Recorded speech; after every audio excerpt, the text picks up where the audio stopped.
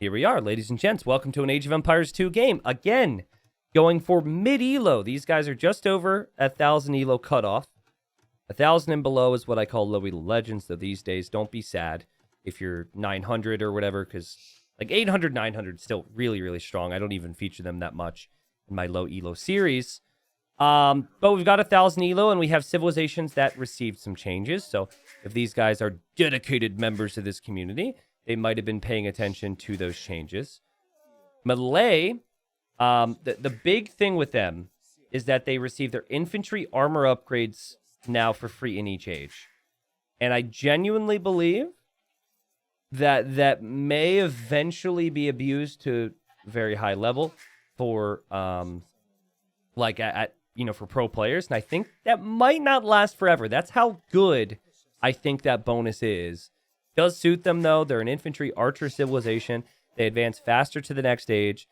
They did also receive Gambesons, which is a tech that the Japanese will get as well, which just adds extra pierce armor to the militia line. So, again, my opinion on the whole Gambesons and like the whole infantry change and tweak is basically that there are times in games where infantry can be very helpful, notably like in Castle Age if someone's going pikemen, or there's a lot of skirmishers. And it makes it easier because it's faster research now to go through the militia line upgrades and also having Gambesons to justify it. Do I think it is going to be meta necessarily?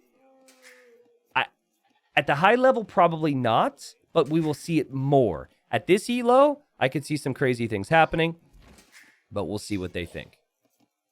But yeah, like Karambits for the Malay are much stronger now because it's just a stronger unit because you're going to have upgrades already. The Japanese Samurai is cheaper now, which I really like to see. And I think they also have +1 pierce armor compared to what they had before. So there's quite a few changes with these civilizations. Basically just buffing their infantry. Archers haven't been touched at all. The map is Arabia here, and we just came out of a game that was on Arabia between players that are around this rank. And what I picked up on was that their scouting was quite late.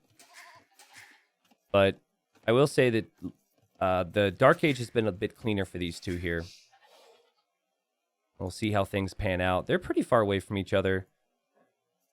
And yeah, players love to get that extra food if they can. I'm going to give a tip. If you're someone who's at this rank and you really want to improve your rank, your elo, okay? And it's going to be a tip that really, it's going to feel very unnatural for you, okay? If you're a deer pusher, that is. Push 1 deer max and then go scout your opponent. And in fact, I could take it one step further. Don't push the deer at all. Because in the time that Red was pushing the deer, he got housed. He doesn't have an idea where his opponent is. There's a lot of these factors. And I see a lot of players want to push in every single deer or zebra. Like, it's pretty insane, and they sacrifice some other aspects of the game. But, again, I like this here, this is not needed, in my opinion. I don't believe so anyways. But Red disagrees. Red's going to go for the next zebra. And for what it's worth, I once followed that advice for myself at my level, and I went from 2,100 to 2,200 in a week and a half. Now, it's not just the not pushing in the deer thing that helps, but it's just, like, the efficiency of the elephant lore would be better if you didn't push in the zebra. Your scouting would be better. It's easier for you to make decisions based on what you see in the game. Everything that you've seen here from Red is him trying to do exactly what a pro would do. But, things got really sloppy because it's all very hard. But again, there's some people who are like, dude, I don't freaking... Red, you're killing me, bro. Like, Red's going to get housed again. Like, okay, this is my point. This proves my point, okay? Red has hurt him or herself by doing all of this. You've got a zebra above the TC. The villager's got to walk a fair distance to drop it off. Got a random goat being eaten. Random zebra. Still don't know where the opponent is. But okay. Sorry, I can get worked up about things. What's Blue's plan? Blue's going to be on the way to the next stage. We've got a bunch headed to wood. And we have got the barracks here. Jason says, I just don't think people know what they're looking for at their opponent's base to make it worth skipping a deer push. I understand that aspect, right? It's like they might not see something that tells them what they enough to adjust, but you're never going to get to a level where you can make those informed decisions if you never try, right? I'm trying to think of some stupid like example. It's like, I don't know, if you're training at the gym and you're like, I just don't think I'm ever going to be able to do a pull-up. I'm never going to try. That's a bad example. That's a stupid example. Oh my god. Oh, but Red could do this! But Red could do this! This is mid-elo in a nutshell. You have these crazy quick walls. They're pushing all the deer. Like, this guy clearly watches a lot of games and knows what's possible about the game. And skips over some of the basic aspects in return. Well played there, Ringo. Traps in the scout like a god. And he is now scouting the edge of the map. He's probably like, wow, now he can't scout me. But bro, you're in the corner of the map. Oh, God. But yeah, like, if you would know your opponent's going archers, and then you could prep in some way, shape, or form. And even, here's the other thing about that. Even if you're not looking for their resources, like at a pro level, you're looking what resources they're taking and assuming things, you just know where to attack. I don't even know if Red's going to attack. It is funny, too. Red's got 500 food, but didn't transfer to wood on time or gold on time, so the archer range is super delayed. All because of the zebra. But I don't want to make it seem like I'm picking on Red. I see this all the time, right? This is extremely common. And that's why I pointed out. Wow, interesting. Okay, so Red's placed the blacksmith here. And is actually using the mining camp of the blacksmith as part of a wall towards this gold. Now, that still leaves you very exposed against archers, so I would suggest full walls, but okay. We have men-at-arms on the way! So is he gonna try and squeak in Gambesons? It's not cheap. Meanwhile, Blue is making archers. Now, Blue is in the dark. And Blue does not know what his opponent is going for. I talked a lot about infantry at the start. Supplies! Okay, we have supplies now. By the way, you don't want to queue a man-at-arm. You don't want to queue units until supplies is finished. You're just paid full price for those. At least I believe that's still the case. Alright, supplies just means that they're a bit cheaper on food. Okay. Oh, God, did he trap his own? No, there's a hole there. Okay, that's fine. We have someone... It's so funny. So one of my regular viewers here is named Supplies. And now we have someone in chat named Gambesons. Ay, ay, ay. All right, here come the archers for Blue. And Blue is played like pretty standard. Eco upgrades, archers, and walls. Knows where the opponent's resources are. And this is going to shock everybody. But that means Blue can actually go and take control of those resources. It's the wildest thing. Okay, Red reacts. And Red is now probably very concerned because archers are definitely a counter. And we'll see what Red ends up doing. The bright side, you don't really need that much gold if you want to make a few more units here. So we'll see how Red manages this.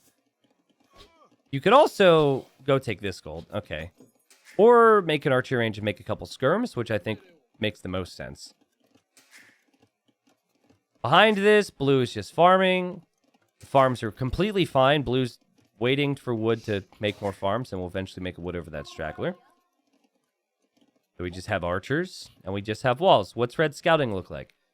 This is genuinely auto scout? Holy crap.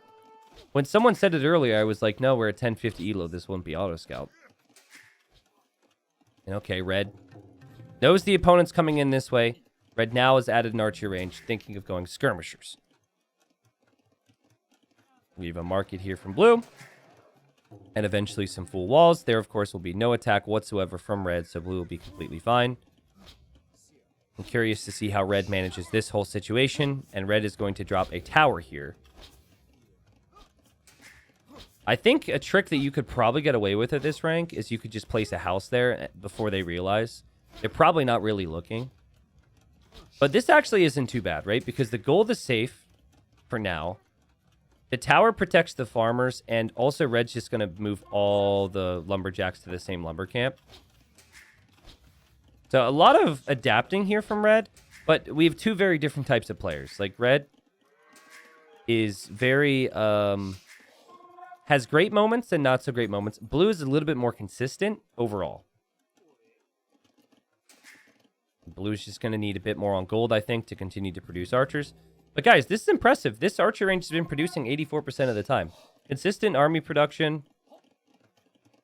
Had fletching as well, and now has Castle Age in the near future. Skirmishers are waiting for these archers. It's only 4 archers. I think if Blue sees this, Blue should not engage. We'll see what Blue notices here. And Red says, bam! Get out of my town, you fool. Skirmishers are here.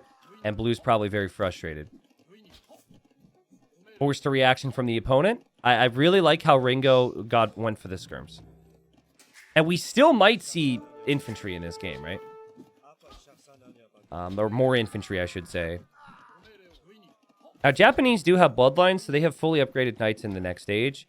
If you have seen Man-at-Arms and you have seen skirmishers, I think you should go for a mix of knights if possible. But also, we haven't seen a great deal of skirmishers. Yeah, Blue is a player who knows what's up here. We're just going to see archers with knights. Really like this. And Red's going to click up, or Red has clicked up. Power of the Malay. They advance faster, so despite all the struggles Red has had in this game, Red is actually 5-1 KD, has scouted a lot of the map, has a big score lead, and is now dropping stables. Malay get very cheap elephants. If you've never watched The Legend of the Liar, please do. It's one of my favorite videos ever. I actually rewatched it a couple weeks ago. That might sound egotistical, but it's just... It's not because of anything I said or did. It's the player. It's worth a look back. There's a couple episodes. But yeah, Red's going to finish these walls. And is going to go knights. Okay, not what I was expecting. So Red might not know that the knights are not very strong for the Malay. You do not get Castle Age armor. You do not get bloodline. So they have the weakest knights in Castle Age. But, I mean, it's still a knight. And knights in and of themselves have good stats. Auto Scout won't be able to break through these walls. Blue getting bloodlines. Canceled bloodlines, I think, in order to afford crossbowmen. And drops the second town center. And there's Gambesons! Let's go! I knew Red wanted to do it. And Squires and Longswordsmen. Let's go. This is quite a mix here, right? Like, this is... If Blue moves out with 11 crossbows, I know Blue probably has pretty solid unit control. But I think this could surprise Blue. On paper, Malay Knights shouldn't really threaten crossbowmen, but will Blue move out with the proper numbers? Will Blue be able to focus on everything because of everything else they're trying to do? This game is hard. Here comes Red. Red with the knights. Red looking for damage. Red could find the gate and actually break that, which would be super unfortunate for Blue. Oh, there's a hole. Oh, goodness. This is painful. So now Blue is probably going to have to run home. Stressful times for poor Blue. Here come the longswords and the skirmishers. And these crossbowmen haven't been brought home yet, probably because of the garrisons. Auto Scout can now Auto Scout. And Ringo's actually making this happen. This is the thing. He's a good player. He didn't help himself in the early stages with some aspects. But the aggression's awesome. Crossbowmen not coming from the direction that that Red was expecting. And okay, so these things now have 4 pierce armor. As you can see, 4 pierce armor still means you died at crossbowmen. You're still taking 4 damage a shot? You're not meant to be able to counter the counter crossbowmen with longswords. It's just a bit stronger. Anyways, the micro here from blue is good. I don't think blue will realize this, but if you would actually go here and garrison this TC, that would help out a lot. Like we said before, though, like knights, even though you don't get good long-term upgrades on them, they're still good against crossbowmen in low numbers. Very effective fight and situation here from blue. You've just got idle time, or from red, sorry, because you've got idle time galore for blue. All that said, blue kind of played the meta a little bit, right? Dropped town centers, added more villagers. Are there a lot of idols? Sure. But it's not too bad. And I think in blue's mind, blue's now thinking, I'm scared of what could come. And the pikeman upgrade's now cheaper for all civilizations, by the way. So we're going to see pikes in combination with the crossbows. Meanwhile, still one town center for good old Ringo. And Ringo's going to go for everything. We've got knights, we've got some elephants, we've got some longswords. It's a lot of HP coming forward. Sheesh. Something I'd love here is monks, guys. I know monks are really hard to control. A couple monks at home is good. If you don't see any army, go out and get some relics. It's always very helpful. Remember, a knight will beat a pikeman in a 1v1 fight. The benefit of the pikeman is you're not spending gold. But nice little combination. Couldn't hurt. And did Ringo... Wow, this is crazy. So his auto scout saw like everything on this map. It's still moving around as well. Somehow escaped. Did he notice that there's just a palisade wall there and he's going to attack that? No, he's just going to attack the house. I mean, he'll break through there. I really like what Ringo's doing with his unit control. This is so good, and I don't see it enough from even higher elo players than this. Make your opponent react to you. So you attack this wall, and you're expecting him to react to that, and now you attack this wall. He can't easily deal with both. I don't know if blue saw that one, though. We even have arson for Ringo. But Ringo, my friend, you don't have siege to try and break your opponent. You've not added extra economy, so this attack needs to pay off.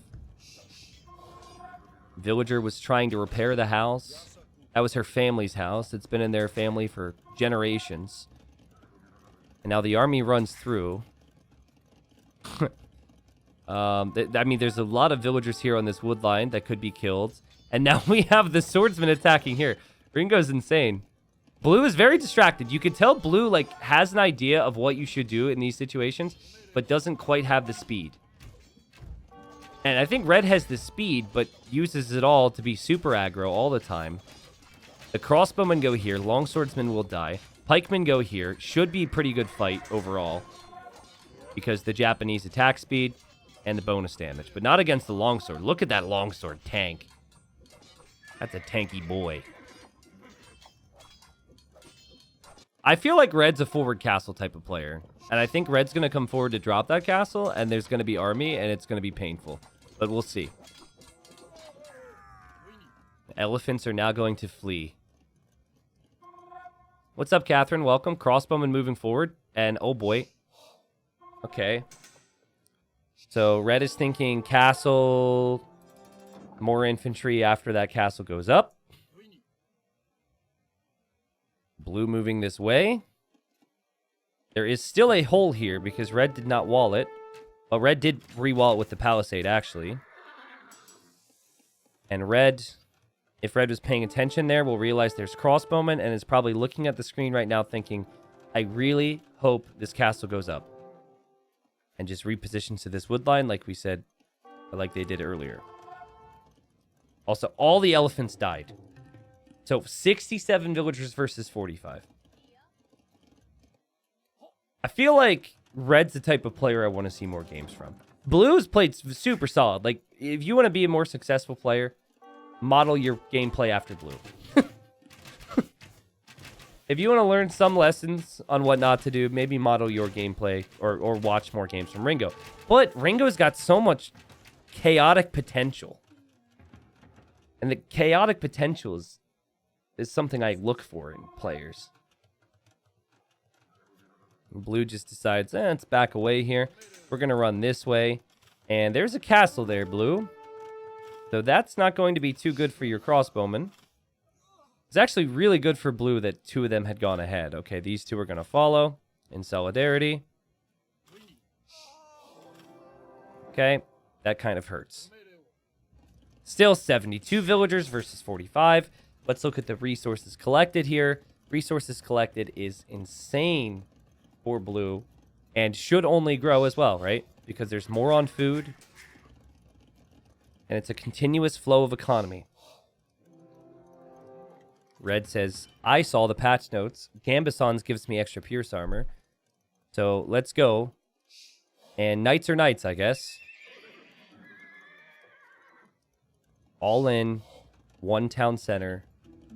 Lots more food in the bank here for red to work with. And normally what you want in these positions if you're blue. If you're confident you want a castle here. But I could see him with this type of a lead, or obviously blue doesn't necessarily know, but your first castle could definitely be defensive, and then you head up towards the Imperial Age and adapt from there. We've got more than enough stone to make the first one defensive, and then get to Imp safely, get your upgrades, take the map, then place the next castle forward if you want to do that. I think the Imp time will be faster for Ringo, though. Like, I think Ringo is... yeah, I think Ringo is going to click here. I demand samurai cutting down hordes of karambits. I don't know if we'll see karambits. He does have the castle, though. But the fact that he's now got a couple barracks makes me think that this is going to be more of a forced levy play.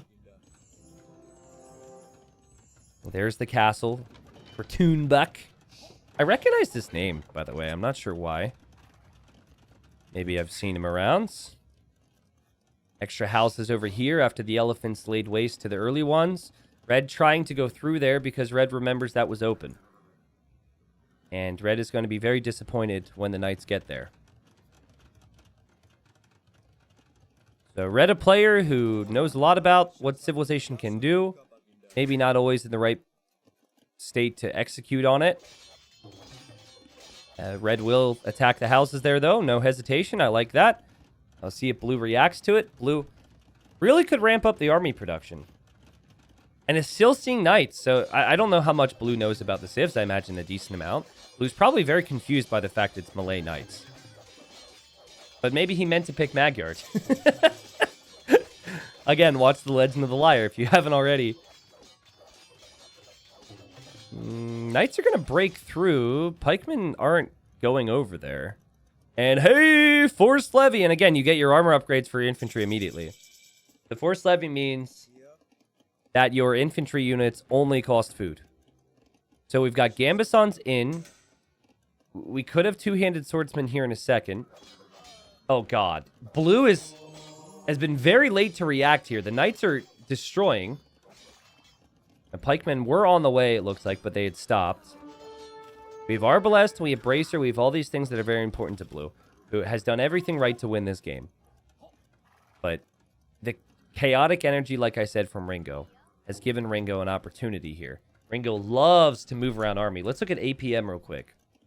APM. Okay, doesn't show it, because blue's moving a lot as well, and is truthfully creating a lot more. But guys, there's two-handed swordsmen.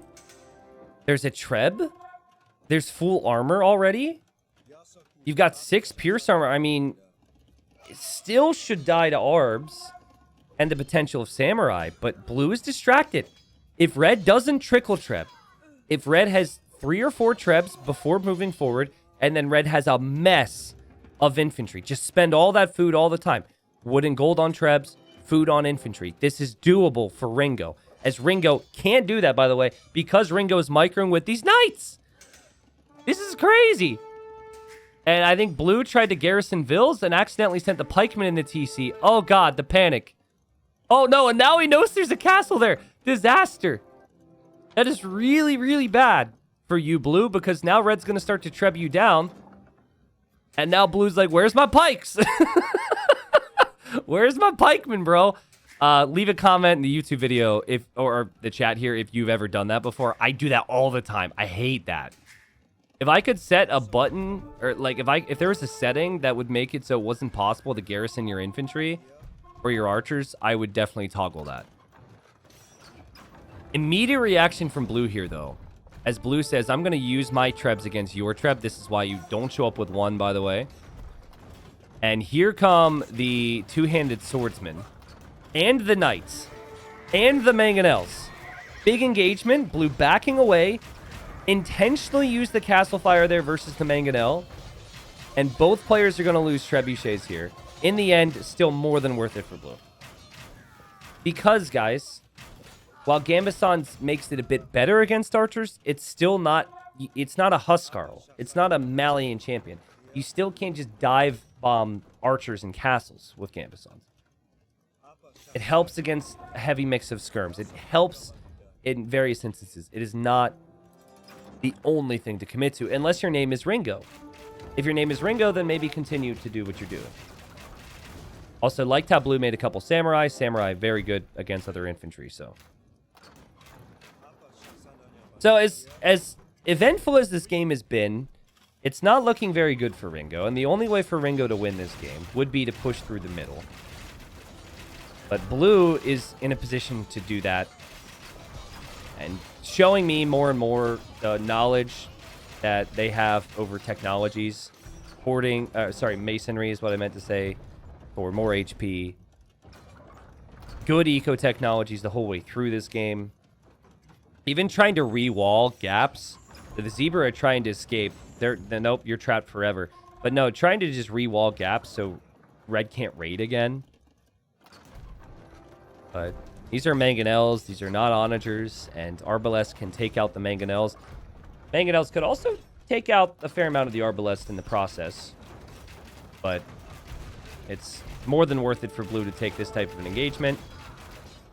And I think Ringo must realize that the end is near. And castle will fall here, leaving only a few two-handed swordsmen and mangonels and trebuchets. And the samurai, the halbs, the arbalest could all push forward to deal with this. And what was a really fun game. Gambeson's is still overrated. Red, probably. I think there's a beauty in testing it, though, right? And so my goal as a content creator is to bring you, especially over the next couple weeks, good examples of these new techs being used and tried out in different situations. The only way to really know if something's good and like practical application is to play it, right? Like I've seen people make videos making assumptions on how things are going to pan out with some of these technologies, but at the end of the day, you gotta play it. You gotta see it, right? You can't look at Age of Empires in an Excel sheet, and you can't look at it in a like a scenario editor. I mean, you can. It's very entertaining, but it's not always practical. But Gambeson's aside, right?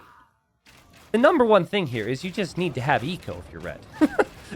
And, you know, the lesson that maybe red could learn as well, stemming back to Feudal Age, is if you're an aggressive player, maybe scout your opponent. Because I think red got surprised early, which really hurt. But it's been a good game. It's been a fun game. I think was that just coinage being researched, or was that canceled? I don't know. Why does this not surprise me about Ringo? That Ringo says, I'm not finished yet. I am going to continue to fight. And we have Katsuparuto. Let's go. I think that's cheaper now for Japanese, right? Yeah, they definitely made that cheaper. Also, did they give Japanese hoardings? I think they did. So good luck taking out Japanese castles now. T90 throwing shade at Spirit of the Law. No! I'm not throwing shade. I'm just saying, like practical situations matter. And I think it's very easy to like look at a well-made video from Spirit of the Law where he gives a very good assessment of even Gambesons and then forget about economy and like, I don't know, skirmishers. Reds gives the GG well played. I like Red. Red is awesome, man. Red is really good. Blue played this one very well, though. Deserves the win.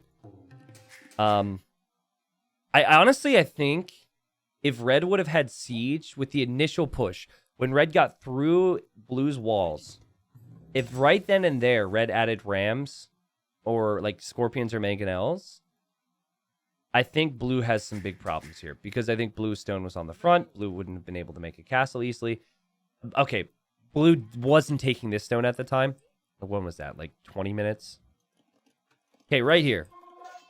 Okay, if you take this position and all hell is breaking loose and you come forward with a siege workshop, Blue's economy lead is not that good at this stage. You could take out all of his buildings and really make things happen. But yeah, it was a fun game. Red's so funny to me, man. Pushed in every single deer, didn't scout the opponent.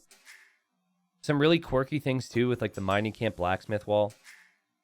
I'm gonna put Red on my list of players to check out. Clearly experimenting with new things.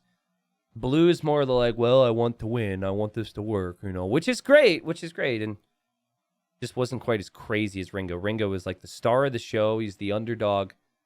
And then at the end, while you cheer for him the whole movie, at the end you realize, yeah, maybe you shouldn't live life like that, even though that was really fun to watch. Good KD here.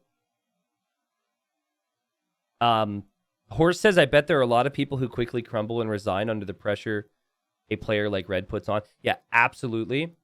And I think that's probably why we see his elo. It could also be that Red doesn't play with that level of pressure all the time.